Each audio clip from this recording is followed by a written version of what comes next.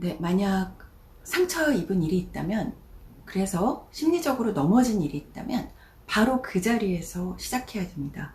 즉 넘어진 그 자리에서 그 땅을 짚고 일어날 수밖에 없습니다. 왜냐하면 상처받은 게 아파서 외면하기 시작하면 정확하게 그 외면한 그 자리가 증상이 시작되는 곳이거든요. 무슨 말이냐 하면, 우리가 이제 다쳤어요. 넘어져서 무릎에 피가 났어요. 그러면 우리가 일단 제일 먼저 하는 거는 씻어내고 소독을 하죠. 근데 그 소독하는 게 너무 따갑잖아요. 그래서 그냥 보지 않고 외면하고, 만지지 마, 아무도 만지지 마, 이렇게 하고 한동안 그 상처를 내버려 뒀다면, 그리고 한참 뒤에 보면 거기가 골마 있을 가능성이 많죠. 마음도 똑같아요. 내가 상처 입은 그 자리를 직면하지 않으면 그 자리에서 여러 가지 증상들이 마치 골마 터진 고름처럼 버글버글 상처가 증상으로 번지게 됩니다. 예를 들어서 이제 강박증에 걸리게 되신 분이 있어요. 그러면 그 강박증에 걸리게 된 과정을 보면 맨 처음에 우연히 친구한테 문자를 잘못 보냈는데 그 친구가 그 문자를 오해하고 친구가 나를 떠나는 일이 생겼어요.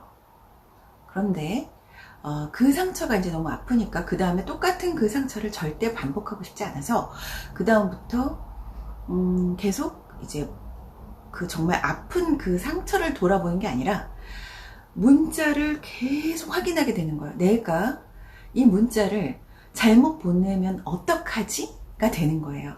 그래서 이 사람이 하게 되는 어떤 행동은 계속해서 문자에 내가 실수를 하지 않을까, 오해될 만한 문자를 보내지 않을까를 확인하기 시작해요. 그런데 그 확인을 하루에 처음에 한 번 하다가 그 다음에 이제 하루에 5번 하다가 10번 되고, 그 다음에는 늘 문자를 확인하느라고 아무런 문자를 보내지 못하게 되는 거예요. 너무 힘드니까 확인하고 또 하다가 못 보내게 돼요. 그러면서 사람과의 관계가 점점 단절되어 갈 수 있어요. 그럴 때 우리는 강박증이라고 명명을 하기도 하고, 또 사람을 이제 못 만나게 되면은 대인기피증이라고 하기도 하죠. 그래서 어떤 무슨 증이라고 증상을 붙이는 것들은 다 자세히 보면은 내가 아픈 그 자리를 돌아보고 돌보기보다는 피하는 대신에 다른 것들에 신경을 쓴 결과예요. 그러면 어떻게 해야 되느냐? 사실은 이제 증상을 앓는 분들은 정말 괴로워하고요. 그 증상으로 인해서 괴로움도 상당히 크죠. 그런데 애초에 그 증상으로 인한 괴로움은 삶의 생생한 아픔을 피한 결과예요. 그러니까 이 증상을 앓는 분들은 내가 낫기만 한다면 뭐든지 할 수 있고 남들은 다 나보다 행복하게 산다라고 생각하시지만, 사실은 현실은 더 아프고 더 힘든 일들이 많아요. 하지만 차이점은 뭐냐면, 현실의 아픔은 좀 더 날카롭고 좀 더 생생해요. 진짜로 아파요. 그런데 증상으로 인한 아픔은 내내 거슬리고 내내 신경 쓰이고 이렇게 현실을 살지 못하게 만드는 그런 거죠.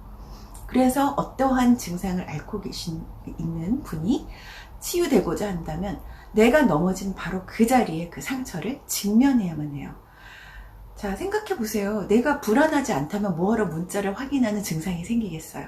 내가 불안하지 않다면 뭐하러 손을 여러 번 씻어서 세균이 들어올까봐 여러 번 씻는 그런 결벽증에 걸리겠어요? 그냥 그것들을 맞이하면 될 것이에요. 그죠? 그런데 그것들을 맞이하기에 나는 너무 두렵고 너무 아프니까, 아플 것 같으니까 피하게 된 거거든요.